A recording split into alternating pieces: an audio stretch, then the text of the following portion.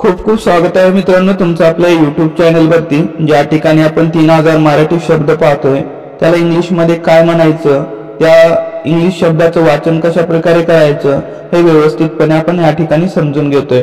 मित्रांनो या सिरीज मध्ये तुम्हाला 60 व्हिडिओज भेटतील, याच्यामध्ये तुम्ही 3000 शब्द पूर्ण करू शकाल। तसंच मित्रांनो याच्यानंतर लगेच आपण 3000 वर्ड्स याच पद्धतीने तुमच्यासाठी घेऊन येतोय। तर आतापर्यंत तुम्ही आमच्या चॅनलला सबस्क्राइब केलं नसेल तर सबस्क्राइब करून द्या।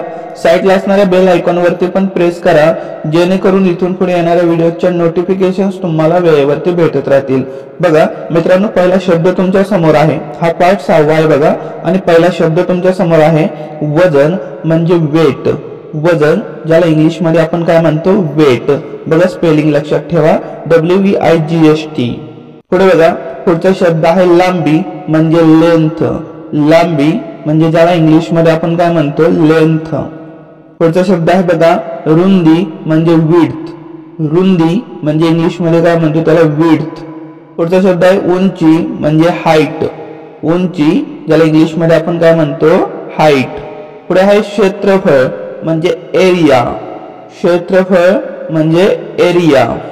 पुढे आहे प्रमाण म्हणजे मेजर किंवा रेशो। बघा मेजर किंवा रेशो म्हणजेच प्रमाण। दोन्ही शब्द लक्षात ठेवा। पुढे आहे बघा संख्या म्हणजे नंबर किंवा काउंट।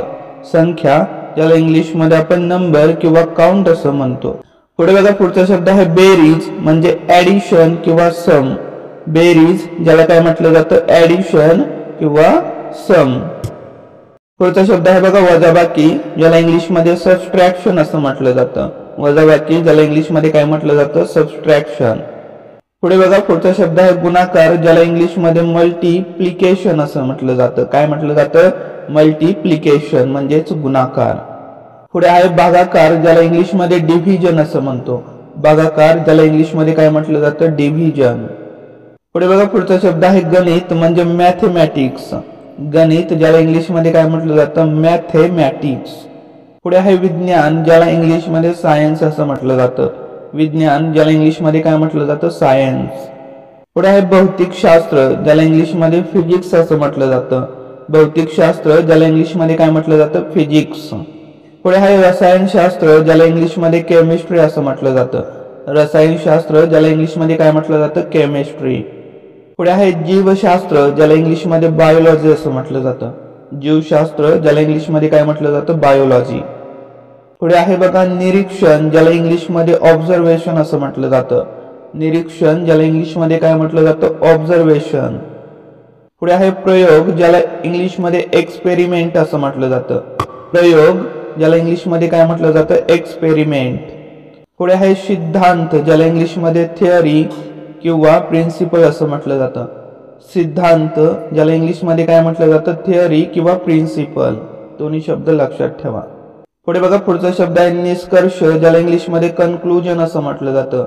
निष्कर्ष ज्याला इंग्लिश मध्ये काय म्हटलं जातं कन्क्लुजन। पुढे बघा पुढचा शब्द आहे माहिती, ज्याला इंग्लिश मध्ये इन्फॉर्मेशन किंवा डेटा असं म्हटलं जातं। काय म्हटलं जातं इन्फॉर्मेशन किंवा डेटा। बघा या ठिकाणी डेटा आहे, डाटा नाही म्हणायचं, ठीक आहे, हे पण लक्षात ठेवा। पुढे बघा पुढचा शब्द आहे पुरावा, ज्याला इंग्लिश मध्ये एव्हिडन्स किंवा प्रूफ असं म्हटलं जातं। काय म्हटलं जातं एव्हिडन्स किंवा प्रूफ म्हणजेच पुरावा। पुढे बघा पुढचा शब्द आहे तर्क म्हणजे लॉजिक किंवा रिझनिंग। तर्क ज्याला इंग्लिश मध्ये काय म्हटलं जातं लॉजिक किंवा रिझनिंग। पुढे बघा पुढचा शब्द आहे हक्क, ज्याला राईट किंवा क्लेम असं म्हटलं जातं। हक्क ज्याला काय म्हटलं जातं राईट किंवा क्लेम। पुढे बघा पुढचा शब्द आहे जबाबदारी, ज्याला इंग्लिश मध्ये रिस्पॉन्सिबिलिटी असं म्हटलं जातं। जबाबदारी ज्याला इंग्लिश मध्ये काय म्हटलं जातं रिस्पॉन्सिबिलिटी। पुढचा शब्द आहे अधिकार, ज्याला इंग्लिश मध्ये ऑथॉरिटी किंवा राईट असं म्हटलं जातं। अधिकार ज्याला इंग्लिश मध्ये काय म्हटलं जातं ऑथॉरिटी किंवा राईट।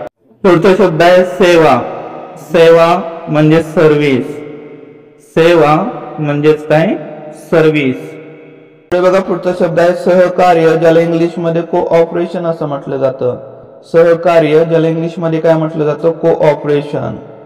पुढचा शब्द आहे बघा मदतनीस, ज्याला इंग्लिश मध्ये हेल्पर किंवा असिस्टंट असं म्हटलं जातं। मदतनीस ज्याला इंग्लिश मध्ये काय म्हटलं जातं हेल्पर किंवा असिस्टंट। पुढे बघा पुढचा शब्द आहे कर्मचारी, ज्याला इंग्लिश मध्ये एम्प्लॉय किंवा स्टाफ असं म्हटलं जातं। कर्मचारी, ज्याला इंग्लिशमध्ये काय म्हटलं जातं, एम्प्लॉय किंवा स्टाफ. पुढे बघा पुढचा शब्द आहे व्यवस्थापन, ज्याला इंग्लिशमध्ये मॅनेजमेंट असं म्हटलं जातं. मॅनेजमेंट म्हणजेच व्यवस्थापन. पुढे बघा पुढचा शब्द आहे नियमन, म्हणजे रेग्युलेशन किंवा कंट्रोल. नियमन, ज्याला इंग्लिशमध्ये रेग्युलेशन किंवा कंट्रोल असं म्हटलं जातं. पुढे बघा शिस्त, ज्याला इंग्लिशमध्ये डिसिप्लिन असं म्हटलं जातं.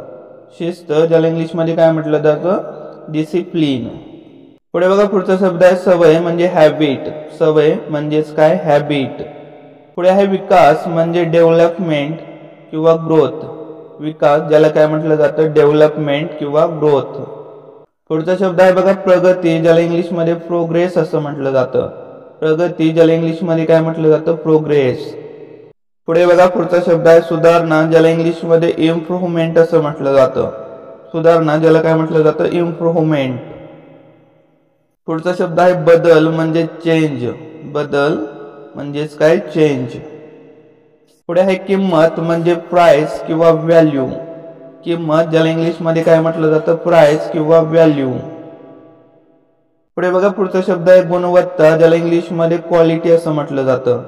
गुणवत्ता, ज्याला इंग्लिशमध्ये काय म्हटलं जातं, क्वालिटी. पुढचा शब्द आहे बघा दर्जा, ज्याला इंग्लिशमध्ये स्टँडर्ड किंवा लेवल असं म्हटलं जातं. दर्जा, ज्याला इंग्लिशमध्ये काय म्हटलं जातं, स्टँडर्ड किंवा लेवल. पुढे बघा पुढचा शब्द आहे निवड, म्हणजे ज्याला इंग्लिशमध्ये चॉईस किंवा सिलेक्शन असं म्हटलं जातं. बघा निवड, याला काय म्हटलं जातं, चॉईस किंवा सिलेक्शन. पुढे बघा पुढचा शब्द आहे मागणी, म्हणजे डिमांड किंवा रिक्वेस्ट. मागणी म्हणजेच काय, डिमांड किंवा रिक्वेस्ट. पुढचा शब्द आहे बघा पुरवठा, म्हणजे सप्लाय. पुरवठा म्हणजे काय, सप्लाय. पुढचा शब्द आहे विक्री, म्हणजे सेल किंवा सेलिंग. विक्री, ज्याला इंग्लिशमध्ये काय म्हटलं जातं, सेल किंवा सेलिंग. पुढचा शब्द आहे खरेदी, ज्याला इंग्लिशमध्ये परचेस किंवा बाईंग असं म्हटलं जातं. खरेदी, ज्याला इंग्लिशमध्ये काय म्हटलं जातं, परचेस किंवा बाईंग. पुढचा शब्द आहे बघा माल, म्हणजे गुड्स किंवा मटेरियल. माल म्हणजे काय, गुड्स किंवा मटेरियल. पुढे आहे बघा गोदाम, म्हणजेच वेअर हाऊस किंवा स्टोर हाऊस. गोदाम, ज्याला काय म्हटलं जातं, वेअर हाऊस किंवा स्टोर हाऊस.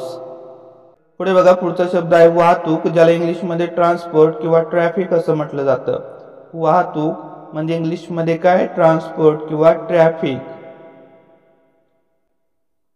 पुढे बघा पुढचा शब्द आहे प्रवास, म्हणजे ट्रॅव्हल किंवा जर्नी. प्रवास, ज्याला काय म्हटलं जातं, ट्रॅव्हल किंवा जर्नी. मित्रांनो बघा अशा पद्धतीने आपण 300 शब्द पूर्ण केलेले आहेत. व्हिडिओ आवडला असला तर लाईक करा, मित्रांमध्ये शेअर करा आणि चॅनलला सबस्क्राईब सुद्धा करून ठेवा. लवकरच तुम्हाला दुसरा व्हिडिओ याच्यावरती भेटेल. Thanks for watching.